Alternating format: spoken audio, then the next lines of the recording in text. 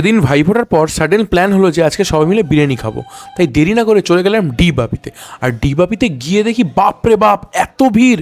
বলে নাকি এখন নাম লেখালে 2 ঘন্টা পরে সিটিং পাবো, তারপরে আবার আধা ঘন্টা পরে খাবার। বাপরে বাপ! তারপর আর এক মুহূর্তে ডিবাপিতে না দাঁড়িয়ে চলে গেলাম সোদপুর আরসালানে, যেটা ধানকলে। আর যাওয়ার পরে ওখানেও কিছুক্ষণ বসতে হলো, বাট বললো যে সিট পেয়ে যাবে। আমি বলবো আমার মতন ভুলটা কিন্তু তোমরা একদমই করবে না। ভাই ফোটার দিন যে কোনো রেস্টুরেন্টে গেলেই প্রচণ্ড ভিড় থাকে, মানে তুমি যদি সিটে বসেও যাও খাবার পেতে পেতে 1 ঘন্টা। একটা কথা বলবো, ডিবাপির থেকে যথেষ্ট ভালো, বিকজ বসার জায়গা দিয়েছে অন্তত এসির মধ্যে, খাওয়ার লেট করে দিই। প্রায় 40 মিনিট বসার পর খাবার কিন্তু নিয়ে এসেছিলো, যে একদম বিরিয়ানি অর্ডার করেছিলাম।